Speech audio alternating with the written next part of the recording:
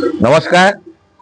আমি আমগুৰি কেন্দ্ৰীয় ৰঙালী বিহু উদযাপন সমিতি হৈ আমি অসমীয়া নৱবৰ্ষ আৰু ৰঙালী বিহু শুভেচ্ছা সকলোকে জ্ঞাপন কৰিছোঁ। অহা 27-28 বহাগ আৰু 11-12 মে তাৰিখে বৃহত্তৰ আমগুৰি কেন্দ্ৰীয় ৰঙালী বিহু উৎসৱ আউনীআটী হেমচন্দ্ৰদেৱ উচ্চতৰ মাধ্যমিক বিদ্যালয় খেলপথাৰত বৰ্ণাঢ্য কাৰ্যসূচী আয়োজন কৰিবলৈ যা-যোগাৰ কৰিছোঁ। ইয়াৰ বাবে আমি এখন উদযাপন সমিতি গঠন কৰিছোঁ। উদযাপন সমিতিত মুখ্য পৃষ্ঠপোষক হিচাপে স্থানীয় সাংসদ গৌৰৱ গগৈ আৰু স্থানীয় বিধায়কদ্বয় প্ৰদীপ হাজৰিকা আৰু শ্ৰী দেৱব্ৰত শইকীয়াক লৈ আমি এখন উদযাপন সমিতি গঠন কৰিছে ৰাইজে। এই উদযাপন সমিতিয়ে ইতিমধ্যে বাৰেৰহণীয়া বহুতো কাৰ্যসূচী আমাৰ হাতত লৈছে। তাৰ ভিতৰত আছে 27 বহাগ 11 মে তাৰিখে ৰাতিপুৱা 10 বজাত পতাকা উত্তোলন হ'ব। তাৰ পাছতে স্মৃতি তৰ্পণ, তাৰ পাছতে 10 বজাত স্থানীয় বিশিষ্ট ব্যক্তি প্ৰয়াত প্ৰদীপ দত্ত সোঁৱৰণী মঞ্চ আৰু হেমব্ৰ শইকীয়া সোঁৱৰণী মণ্ডপ উদ্বোধন কৰিব। তাৰ পাছতে সদৌ অসম ভিত্তিত কণী যুঁজ প্ৰতিযোগিতা আৰম্ভ হ'ব। কণী যুঁজ প্ৰতিযোগিতা আৰম্ভ হোৱাৰ পাছতে পিঠা পনা প্ৰতিযোগিতা, গামোচা প্ৰতিযোগিতা আৰু সদৌ অসম ভিত্তিত ঢোল বাদন, নিম্ন শাখা পেঁপা বাদন, নিম্ন শাখা সৰু বিহুৱতী আৰু আন্তঃবিদ্যালয় আৰু মহাবিদ্যালয় হুঁচৰি প্ৰতিযোগিতা আৰম্ভ হ'ব।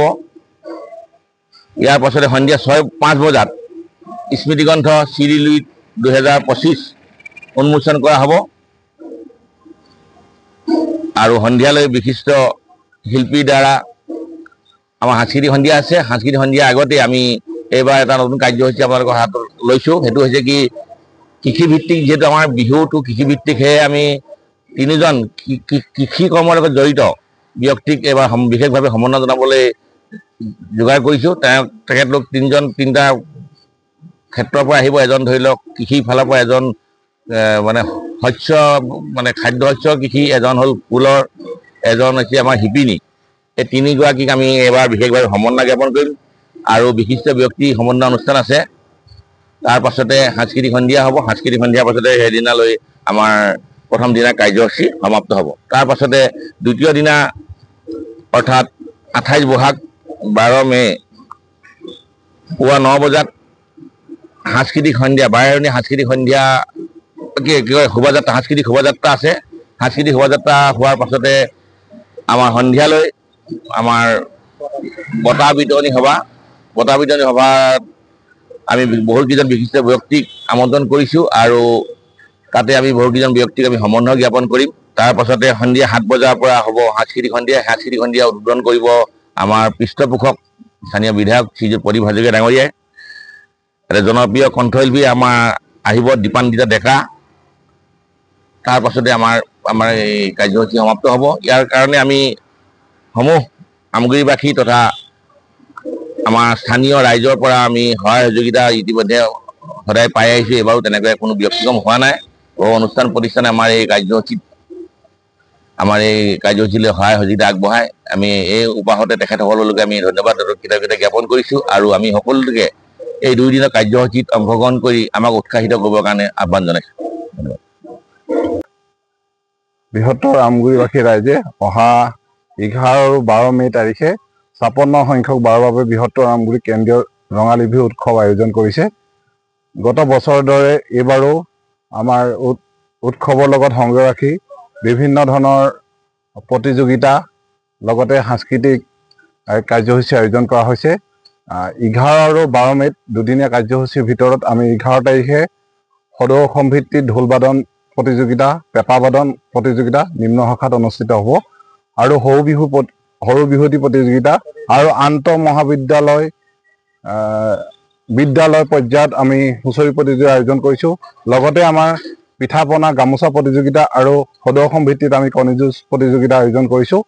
আমি তাৰ লগে লগে আমি সন্ধ্যা 5 বজাৰ পৰা আমি অনুষ্ঠিত কৰিম আমাৰ যি এই বছৰৰ স্মৃতিগ্ৰন্থ চিৰিলুইতৰ ৰিং 2025 আমি উন্মোচন কৰিম।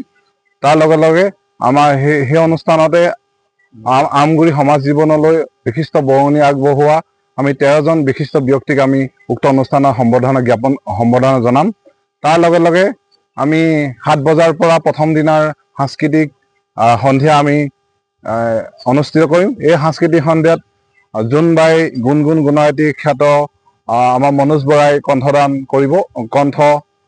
কৰিব। লগতে আমি 12 মে অৰ্থাৎ দ্বিতীয় দিনা আমি কাৰ্যসূচী পুৱা 9 বজাত বায়েৰহণী সাংস্কৃতিক শোভাযাত্ৰা আমি অনুষ্ঠিত কৰিম। উক্ত অনুষ্ঠানত অসমৰ ছবি জগত আৰু থিয়েটাৰ জগতৰ মোহময়ী অভিনেত্ৰী মুনমী ফুকনে আমাৰ ইয়াত বিশেষ অতিথি হিচাপে উপস্থিত থাকিব।